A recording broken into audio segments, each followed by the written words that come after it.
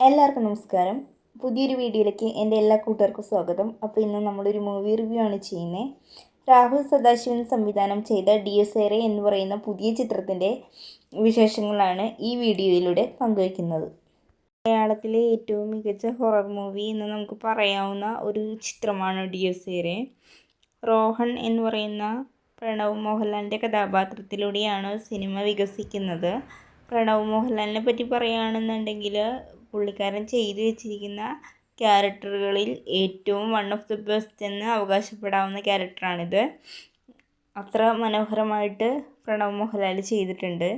വീട് ഒരു കഥാപാത്രമായിട്ട് കടന്നു വരുന്നുണ്ട് ഈ സിനിമയിൽ. ഒരു കഥാപാത്രത്തെ പോലെ തന്നെയാണ് ഈ വീട് എന്ന് പറയുന്നത് ഈ സിനിമയിലുടനീളം കാണിക്കുന്നത്. അത്രത്തോളം ഇമ്പോർട്ടൻസ് ഉണ്ട് വീട് എന്ന് പറയുന്ന സങ്കല്പത്തിന്. പേടി എന്ന് പറയുന്ന വികാരത്തെ കൊണ്ടുവരുന്ന ഒരു രീതിയുണ്ട്. ആ രീതി അടിപൊളിയാണ്. പിന്നെ അതുപോലെ തന്നെ എടുത്തു പറയേണ്ടത് ഇതിൻ്റെ സൗണ്ടാണ്. സൗണ്ട് സൂപ്പറാണ്. പറഞ്ഞാൽ ഈ മൂവി ഒരു ഓഡിയോ വിഷ്വൽ ട്രീറ്റ് ആണ് എന്ന് തന്നെ നമുക്ക് പറയാൻ പറ്റും.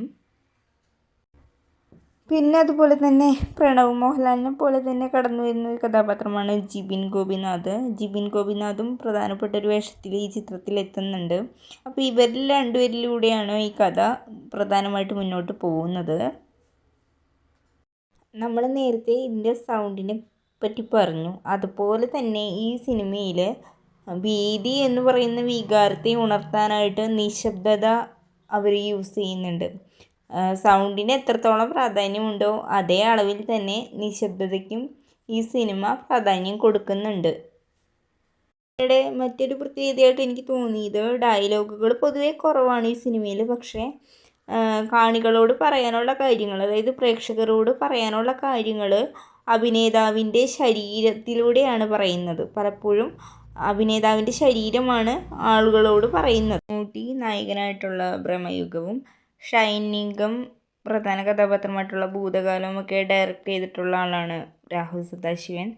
അപ്പോൾ അതുകൊണ്ട് തന്നെ ഇതിൻ്റെ മേക്കിങ്ങും ഡയറക്ഷനും സംഭവങ്ങളൊക്കെ അത്യാവശ്യം അടിപൊളിയാണ്. മൊത്തത്തിൽ ഇംഗ്ലീഷ് ഹൊറർ മൂവി കണ്ട ഒരു ഫീലാണ് നമുക്ക് കിട്ടുക. പേടിക്കാനുള്ള സന്ദർഭങ്ങളും സീനുകളും കാര്യങ്ങളൊക്കെ ധാരാളം ഉണ്ട് ഈ സിനിമയിൽ. അപ്പോൾ എനിക്ക് പേഴ്സണലി ഭയങ്കരമായിട്ട് ഇഷ്ടപ്പെട്ടു സിനിമ കണ്ടവരാണെങ്കിൽ നിങ്ങളുടെ അഭിപ്രായങ്ങൾ കമൻറ്റ് ചെയ്യുമല്ലോ. അപ്പോൾ ഇത്രയേ ഉള്ളൂ ഇന്നത്തെ വീഡിയോ. അടുത്ത ദിവസം മറ്റൊരു വീഡിയോ ആയിട്ട് നമുക്ക് വീണ്ടും കാണാം. അതുവരേക്കും ടാറ്റാ, ബൈ ബൈ.